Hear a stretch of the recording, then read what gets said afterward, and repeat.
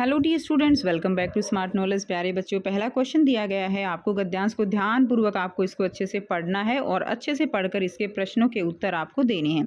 तो दादी माँ कितने प्रकार की दवाओं के नाम जानती थी? तो 50 जो है दवाओं के नाम जानती थी। ध्यान से पढ़िएगा इसको बेटा, वीडियो पॉज करके। 50 दवाओं के नाम। मैस महाराज अपने मन से क्या पका कर देते थे? तो खिचड़ी या साबू पका कर देते थे। निम्नलिखित काव्यांश को ध्यानपूर्वक पढ़ेंगे तो ये जो है आपकी कविता से लिया गया है, तो इसको जो है अच्छे से पढ़ लेंगे, फिर इसके क्वेश्चन के आंसर देंगे। पिंजरबंद होकर कौन नहीं रह पाएगा? पंछी नहीं रह पाएगा। कनक तिलियों से टकरा कर क्या टूट जाएंगे? पंख टूट जाएंगे। नेक्स्ट प्रश्न 3 में आपको व्याकरण के प्रश्नों के उत्तर लिखने हैं। तो सर्वनाम पहचानने हैं, इसमें सर्वनाम हम लोग हो जाएंगे। बालिका शब्द का पुल्लिंग क्या होता है? बालक होता है। मोर का स्त्रीलिंग रूप क्या हो जाएगा? बहुत ही आसान है, क्या हो जाएगा बच्चे? मोरनी हो जाएगा। सुनीता अच्छी लड़की है, वाक्य में विशेषण की पहचान करनी है, तो लड़की की विशेषता बता रहा है अच्छी, तो अच्छी इसका आंसर हो जाएगा। प्रश्न संख्या 4 में देखेंगे, गद्यांश को ध्यानपूर्वक पढ़ेंगे और प्रश्नों के उत्तर देंगे। ठीक है, तो इसमें जो है आप इसको एक बार अच्छे से रीडिंग लिया कीजिए ताकि आपका कोई भी क्वेश्चन गलत ना हो। गांव में लेखक को कौन सबसे अच्छा लगता था? तो बदलू जो है वो सबसे अच्छा लगता था। बदलू लेखक को क्या देता था? उसको वो लाख की गोलियां देता था। ठीक है, क्या देता था बच्चों? लाख की गोलियां। ठीक है, नेक्स्ट देखिए, लेखक किसके गांव जाया करता था? लेखक जो है अपने मामा के गांव जाता था। लेखक बदलू को क्या कहा करता था? लेखक बदलू को बदलू काका कहता था। क्या कहता था? बदलू काका। नेक्स्ट देखिए, निम्नलिखित काव्यांश को ध्यानपूर्वक पढ़िए और पूछे गए प्रश्नों के उत्तर आपको लिखने हैं। कवि ने भगवान के डाकिए किसे कहा है? इसको आप अच्छे से पढ़ लेंगे। तो भगवान के डाकिए किसे कहा है? पक्षी और बादल को। पेड़ पौधे और पानी पहाड़ क्या बाँचते हैं? तो चिट्ठियाँ बाँचते हैं। एक महादेश से दूसरे महादेश को कौन जाते हैं? भगवान के डाकिए जाते हैं। नेक्स्ट है, भगवान के डाकिए की लाई चिट्ठियाँ कौन बाँचता है? पेड़ पौधे पानी और पहाड़ बाँचते हैं। घ आंसर हो जाएगा। नेक्स्ट है, निम्नलिखित प्रश्नों के उत्तर लिखने हैं। बस की यात्रा पाठ के लेखक कौन हैं? तो हरिशंकर परसाई जो है बस की यात्रा पाठ के लेखक हैं। कितने मित्र बस की यात्रा पर चले? तो टोटल कितने थे? 5 मित्र थे। ठीक है, क्या हो जाएगा? घ जो है इसका आंसर हो जाएगा। प्रश्न 7 है, भगवान के डाकिए कविता के रचयिता कौन है? तो भगवान के डाकिए कविता के रचयिता है रामधारी सिंह दिनकर। बस कहाँ से कहाँ जा रही थी? तो बस जो है पन्ना से सतना जा रही थी।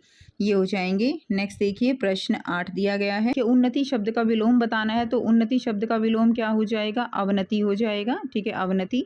अध्यापक शब्द का स्त्रीलिंग बताना है। तो अध्यापिका हो जाएगा। क्या हो जाएगा? अध्यापिका लिख लेंगे, अध्यापिका। ठीक है, लड़की शब्द का बहुवचन बताना है। तो लड़की शब्द का बहुवचन क्या हो जाएगा? लड़कियां हो जाएगा। क्या हो जाएगा बेटे? लड़कियां हो जाएगा। हथीनी शब्द का पुल्लिंग बताना है। तो हाथी हो जाएगा।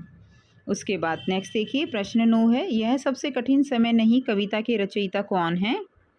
तो इसके रचयिता कौन है? यह सबसे कठिन समय नहीं कुमार अंबुज। ठीक है, कुमार अंबुज जो है इसके कौन है? रचयिता है, कुमार अंबुज। नेक्स्ट देखिए, एक देश की धरती दूसरे देश में क्या भेजती है? तो जो है क्या भेजती है? सुगंध भेजती है। क्या भेजती है बच्चों? सुगंध भेजती है। भाप दूसरे देश में क्या बनकर गिरता है? तो भाप दूसरे देश में पानी बनकर गिरता है। क्या बनकर गिरता है? पानी बनकर गिरता है। नेक्स्ट देखिए, बस किस योग्य थी? बस जो है श्रद्धा के योग्य थी। बस किसके योग्य थी? जिस हिसाब से उसकी जर्जर हालत थी तो वो किसके योग्य थी? श्रद्धा के योग्य थी। ठीक है, नेक्स्ट देखिए, चिड़िया अपने चोंच में क्या दबाए है? तो चारों जो क्वेश्चन दिए गए हैं वहाँ पे यहाँ से करेंगे। चिड़िया अपनी चोंच में क्या दबाए हुए है? चिड़िया अपनी चोंच में एक तिनका दबाए हुए है। वह तिनका अपने घोंसलों को बनाने के लिए ले जा रही है, जो उसकी घर और सुरक्षा का प्रतीक है। देखिए, किसके डूबने का वक्त हो गया है? तो सूरज के डूबने का वक्त हो गया है। यह समय शाम का है, जब दिन समाप्त होने की ओर होता है और रात का आगमन होता है। नेक्स्ट देखिए, क्वेश्चन नंबर 3 है, चिड़िया किसकी तैयारी में है? तो चिड़िया अपने घोंसले को बनाने की तैयारी में है। वह तिनके इकट्ठा कर रही है और अपने रहने के स्थान को सुरक्षित और आरामदायक बनाने के लिए क्या कर रही है? मेहनत कर रही है। नेक्स्ट देखिए, भगवान के डाकिए कहाँ कहाँ जा सकते हैं? तो भगवान के डाकिए हर जगह जा सकते हैं। वे किसी भी सीमा में बंधे नहीं होते, चाहे वह दूरस्थ गांव हो, शहर हो या जंगल हो। वे हर उस स्थान पर पहुंचते हैं जहां उनका संदेश पहुंचाना आवश्यक होता है। तो ये 4 क्वेश्चन दिए गए हैं। ठीक है, तो ये चारों क्वेश्चन हमने प्रश्न 10 के कर लिए। प्रश्न 11 देखिए, इसमें बस को देखकर श्रद्धा क्यों मर पड़ी? इसमें भी आपको 4 क्वेश्चन दिए गए हैं, तो चारों क्वेश्चंस को हम करते हैं। तो पहला प्रश्न है, बस को देखकर श्रद्धा क्यों उमड़ पड़ी? तो लेखक के मन में बस को देखकर श्रद्धा इसलिए उमड़ी क्योंकि बस गांव के लोगों के लिए शहर से जुड़े रहने का एकमात्र साधन थी। यह बस उन्हें शहर की दुनिया से जोड़ती थी, जहां से वे नई चीज़ें सीखते थे और अपने जीवन को बेहतर बना सकते थे। बस को छोड़ने आए लोग कैसे देख रहे थे? तो बस में छोड़ने आए लोग दुखी और भावुक थे। वो बस के पीछे हाथ हिलाते हुए अपने को विदाई दे रहे थे। उनके चेहरे पर चिंता और प्रेम दोनों ही भाव दिख रहे थे क्योंकि वे अपने प्रियजनों से दूर हो रहे थे। प्रश्न 3 है, लेखक पेड़ों को दुश्मन क्यों समझ रहा था? लेखक पेड़ों को दुश्मन इसलिए समझ रहा था क्योंकि जंगल के ये घने पेड़ रास्ते में रुकावट डाल रहे थे। उनकी शाखाएं सड़क पर फैल रही थी और इससे यात्रा कठिन हो रही थी। वह जंगल की कठिनाइयों का प्रतीक था। ठीक है, नेक्स्ट देखिए, लोगों ने यह सलाह क्यों दी कि समझदार लोग इस शाम वाली बस से सफ़र नहीं करते?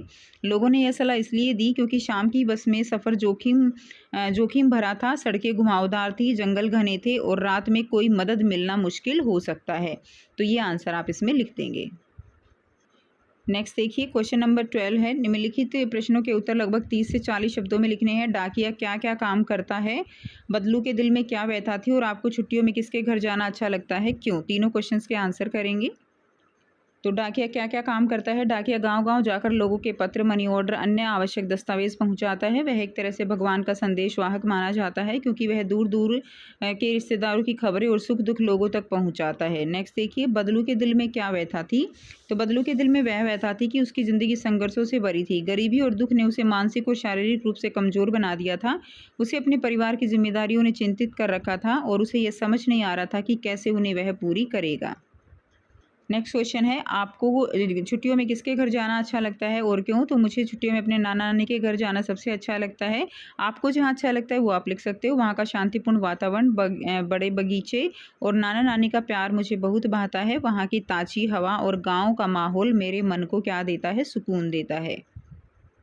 तो ये हो गए इसके सारे क्वेश्चंस बेटा। उसके बाद देखिए, अगला क्वेश्चन दिया गया है, प्रश्न संख्या 13, निम्नलिखित में से किसी एक विषय पर लगभग 80 से 100 शब्दों में अनुच्छेद लिखना है।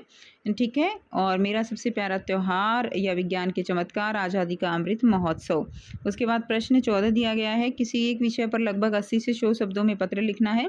फीस माफ़ी हेतु अपने विद्यालय में जो है प्रधानाचार्य को पत्र लिख सकते हैं, या अथवा क्या होगा, मित्र को अपने जन्मदिन पर आमंत्रित करने के लिए पत्र लिख सकते हैं। तो ये जो पत्र है और ये अनुच्छेद है, ये आपने बहुत बहुत अच्छे से इसकी तैयारी आपने की हुई है।